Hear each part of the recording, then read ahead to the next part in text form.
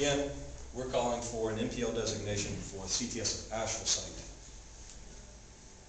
We're calling for soil excavation, the treatment of that contaminant. We're calling for the investigation of a barrier-based defense against the migrating contaminants that are leaving the site in the groundwater now. We're calling for municipal water to be delivered into the affected areas before they are impacted. We again are calling on our elected leaders, which we need now more than ever, with Congressman Schuler, Senator Hagan, Senator Burr, Jane Wilden.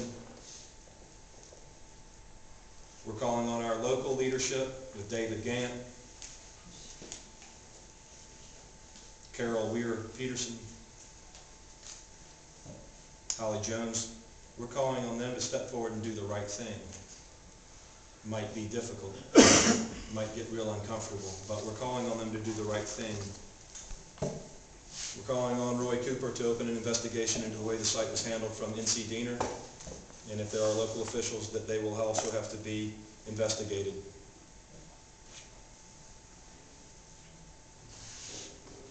We're also calling for a cease and desist order from MacTech.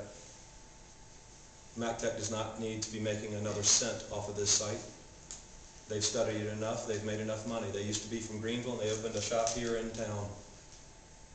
And we think it's time that someone else take that site and clean it up properly.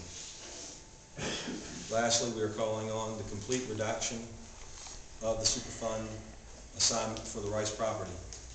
That their name be cleared, and that they and the Robinsons be considered for compensation for the harm that's been done and the cover-up that's concealed the information from them for so long.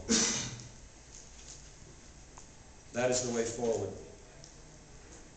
When you hear people that come into our community that didn't come to this meeting, when I talked to Greg Powell, who's been studying it long enough to make a pretty good living, when you talk to Carolyn Callahan, you talk to Stephen Ball, Cheryl Carbonaro,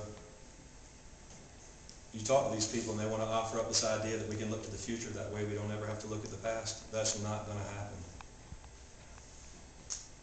We are going to examine the past with an unbiased eye to do the right thing so that we can clean this site, protect the rest of the state of North Carolina and the rest of the people in our region.